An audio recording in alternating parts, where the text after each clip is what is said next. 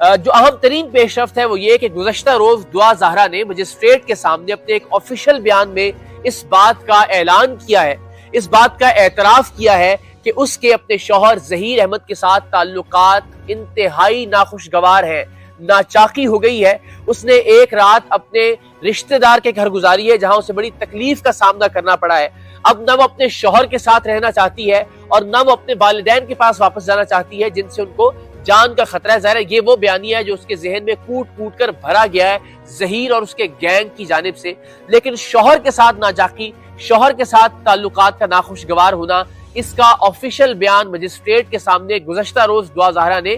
پہلی بار دیا ہے۔ یہ بڑی حیرت انگیز بات ہے۔ ذرا اس بیان کی کاپی بھی ملاحظہ کیجئے، بہت ہی ابتدائی جو پیراگراف ہے اس کے اندر اس نے بتایا کہ اس کی اپنے شوہر ظہیر احمد سے ناچاقی ہے یا تعلقات ناخوشگوار ہیں اور اس کی بنیاد پر وہ چاہتی ہے کہ اسے دارالامان منتقل کر دیا جائے۔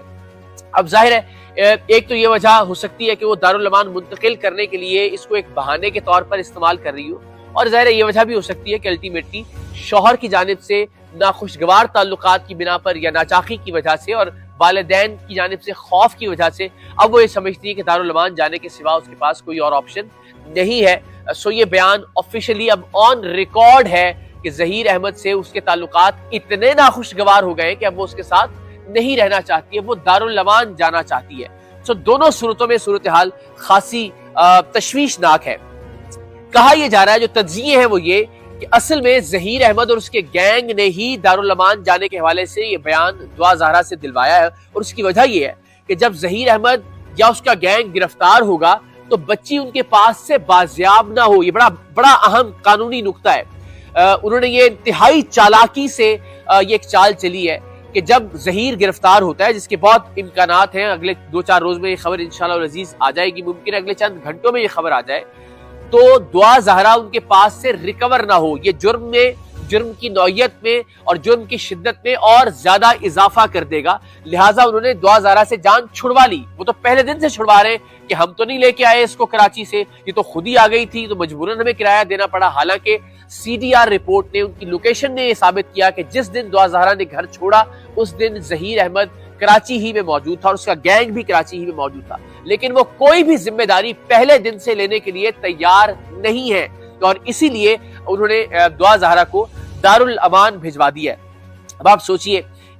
ایک بچی جس کی عمر اب انتہائی کم ثابت ہو چکی ہے، اسے دارالامان بھیجا گیا ہے، نہ کہ چائلڈ پروٹیکشن بیورو میں جہاں کے معصوم بچے اور بچیاں ہوتی ہیں، اور وہ بھی معصوم بچی ہے، اسے اس ماحول میں رہنا چاہیے، نہ کہ دارالامان جیسے ماحول میں جہاں ہر طرح کی خواتین زندگی دیکھی ہوئی، ہر طرح کے مسائل کا سامنا کیا ہوا، ہر طرح کی طبیعت، ہر طرح کا مزاج۔ تو ایک طرح سے ایک غلط ماحول میں اس وقت دعا زہرا رہ رہی ہے۔ میری درخواست ہوگی ونس اگین اتھارٹیز سے کہ پلیز، اب مائنر ڈکلیئر ہو چکی ہے دعا زہرا، تو خدا کے واسطے اسے چائلڈ پروٹیکشن بیورو ہی میں ہونا چاہیے۔ دوسری جانب ظہیر صاحب کے حوالے سے جو اس وقت اپڈیٹ ہے، وہ اس وقت سٹی کورٹ میں اپنے بھائی شبیر کے ساتھ پیش ہو چکے ہیں، لیکن پولیس مستقل طور پر اس گینگ کا ساتھ دے رہی ہے۔ شبیر نے کوئی حفاظتی یا عبوری ضمانت نہیں کروائی، لیکن اب بھی پولیس نے اس کو گرفتار نہیں کیا کراچی میں، اس کے پاس اس وقت کوئی بیل نہیں ہے، اور جو پروگریسو رپورٹ تھی اس کے اندر شبیر کا نام نہیں تھا۔ پولیس نے یہ کہا تھا کہ جی ٹائپو مسٹیک ہے، اور اس وجہ سے شبیر کا نام داخل نہیں ہو سکا، یعنی شبیر کا نام اس چالان میں موجود ہے،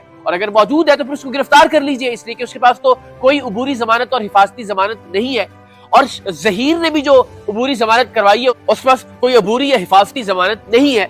اور ظہیر نے بھی جو حفاظتی ضمانت منظور کروائی ہے وہ عدالتوں کو دھوکہ دے کر۔ پاکستان کی تاریخ میں شاید ہی یہ کم مواقع پر ہوا ہوگا کہ آپ ایک عدالت کے بعد دوسری عدالت کے بعد تیسری عدالت کو دھوکہ دیتے ہیں۔ اینکروں کی آنکھوں میں تو آپ نے دھول جھونکی، پاکستان کے عوام کی آنکھوں میں بھی آپ نے دھول جھونکی، مسلسل جھوٹ بولتے رہے، ہر معاملے پر آپ نے جھوٹ بولا، بچی کی عمر کے حوالے سے آپ نے جھوٹ بولا، بچی کو کراچی سے لانے کے حوالے سے آپ نے جھوٹ بولا، اور ہر چیز وقت کے ساتھ ساتھ ثابت ہو گئی، اور آپ کے یہ جھوٹ بھی اس بات کو مزید